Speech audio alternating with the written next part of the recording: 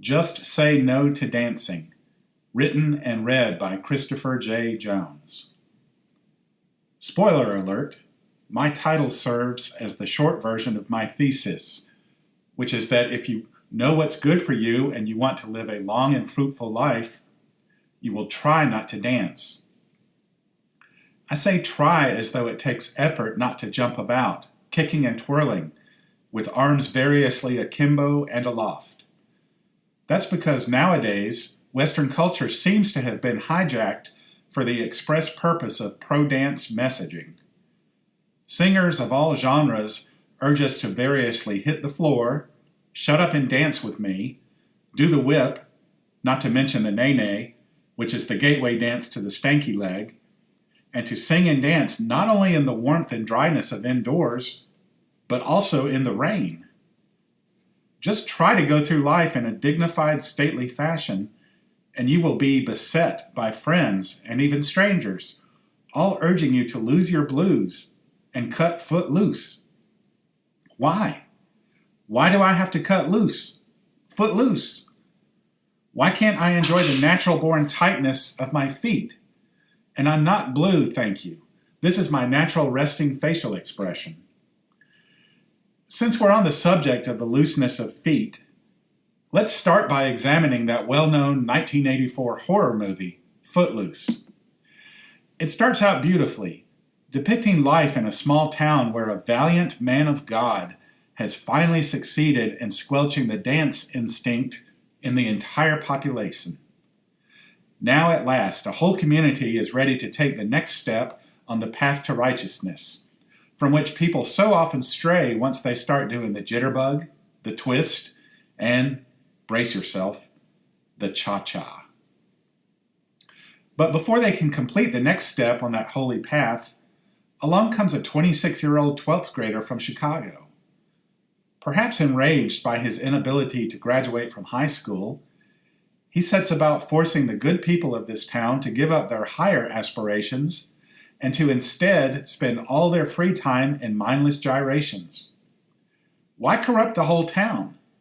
Why couldn't he just finally drop out and pump gas or dig ditches like the normal underachievers? As disturbing as this movie is, what is even more disturbing is that critics and the public alike seem to have enthusiastically embraced its immoral lessons. Since the movie's release, they have gone about getting right in the faces of sedate, successful members of society and exhorting them to cut loose, footloose. I'm sure I'm not the only one to see the implied threat, to wit, cut loose, or I will cut you. But 1984 was not the start of our dance-induced downfall. Examples of dance decadence abound in our culture, many from long before Footloose exposed the agenda of the Boogaloo Mafia. Earlier, I mentioned Dancing in the Rain, which is the subject of many a song. Perhaps most famously, it, along with Singin', is prescribed multiple times in the lyrics of the famous 1952 movie song, Singin' in the Rain. Note how Singin' is spelled and sung without the final G to give it a whimsical flair and to hide its dark intent. In truth, it is anything but whimsical. Few people have seen the forbidden director's cut of that movie musical, wherein Singin' in the Rain is followed closely by a less peppy number called Dyin' in the Pneumonia Ward. Even fewer people know that a soaked and exhausted Gene Kelly succumbed to that ailment mid-production, and that his twin brother, Aristotle's Telly Kelly, stepped in to complete the picture and also to carry on Gene's life and career. An ironclad non-disclosure agreement kept this from becoming public knowledge. But observant fans know that Gene was a right-footed dancer for the first half of his career and for the first half of the movie Singin' in the Rain. But he was quite obviously left-footed starting immediately after Gene's fatal wet dance.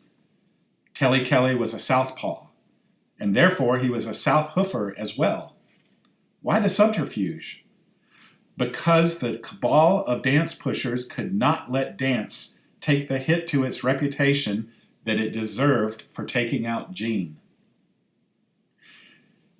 If you doubt that Gene Kelly suffered the equivalent of a body snatching perpetrated by the Hollywood machine and his own brother, and that Telly Kelly then furthered societal decay through ill-advised dancing, let me add just one word: Xanadu. Dance as a weapon of death must have been in the air in the early 1950s, because that's also when the show The King and I appeared on Broadway. In that show, and in the later film, when we first glimpse the King of Siam, he is an awesome figure, the very picture of strength. He stands with his feet far apart, his fists on his hips, looking down sternly yet fondly as his children and his wives kowtow to him. He is a man at the height of his powers as father, husband, scholar, and ruler. This, in Broadway's and Hollywood's estimation, is on a par with the evils of earning good grades or holding a job, as depicted at the start of Footloose, and it must be stopped. And it is indeed stopped, forever, in the second act. The governess, Anna, who was brought in to polish up the Western speech and manners of the king and his household, takes a shine to his shiny-headed majesty. And since it won't do for him to remain the mighty man that he is, she sets a trap for him. The trap is an invitation to dance, delivered via a song called, with zero creativity, "Shall We Dance?" The king was not forewarned to just say no, and the once imposing ruler of an ancient empire suddenly finds himself performing a polka. This is a rousing scene, and it always gets a huge ovation in the live show. I may stand with everyone else, but I do not clap, because I know how it ends. In the very next scene, the king is on his deathbed, dying. Neither war, nor disease, nor palace intrigue could bring him down, but one polka and its curtains for him. Adoring fans of establishment-killing storylines blithely say that the poor old hidebound dictator just couldn't adapt to Western ways, and so he had to die. It's the old ways making way for the new. Ain't that a grand outcome?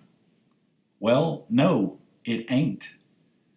First of all, Anna was hired to gentle the king along into the modern world, not to shock him to the core with bohemian prancing and bounding.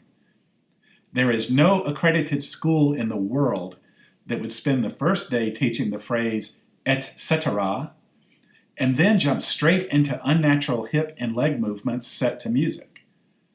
Second of all, I thought that the king was doing a great job, and with a great deal of gusto, of not only adapting but also finding synergies between two civilizations, long before cultural fusion was a recognized art. So I refuse to believe that the effort killed him. So what does that leave?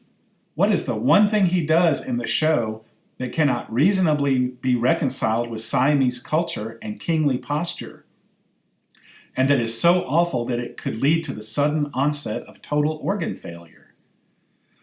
Assassins the world over should take note. Why use a gun when you can get the job done in style with some Bojangles action? In case you think I'm overstating the case, take note of what happens the very second the king's eldest son assumes the crown, while his dad is still breathing. He issues an edict ending the practice of kowtowing to the approving titters of the ladies and the swooning of the theater critics. So, jumping about like you're in a vaudeville musicale is hunky-dory, but showing a bit of respect to the king is not. This egalitarian smoothing out is, of course, a major theme in much American art, and perhaps it is an admirable trend. But couldn't the kid have tossed the old man a bone in his last moments and declared it King Daddy Appreciation Day or something, and saved the anti-kowtowing proclamation until after the funeral? Have you no decency, Prince, now King Chulalongkorn? At long last, Chulalongkorn, have you left no sense of decency? Since bowing, like dance, is a physical movement with a symbolic meaning, let's take a closer look at its treatment in this show, and especially by Anna. Albert Einstein was able to explain some very complex things using simple thought experiments. So let's use his technique to noodle out Anna's philosophy of bowing. Imagine, if you will, that Anna, a British subject, is moving through a vacuum at the speed of light.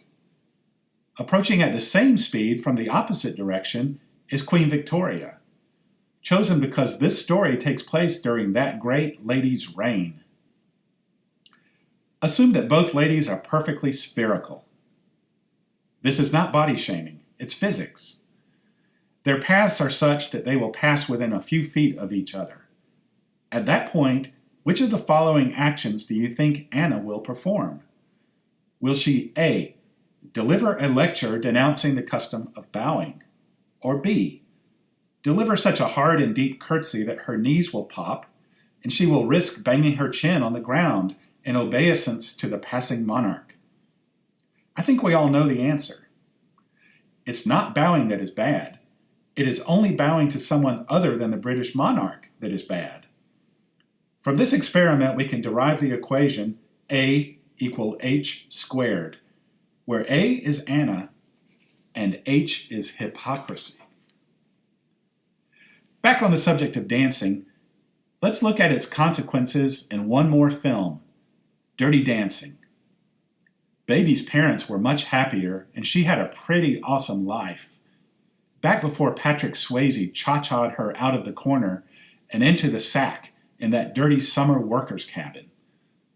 The movie ends on a high note where all is forgiven because it was swell fun, even if a bit traumatic.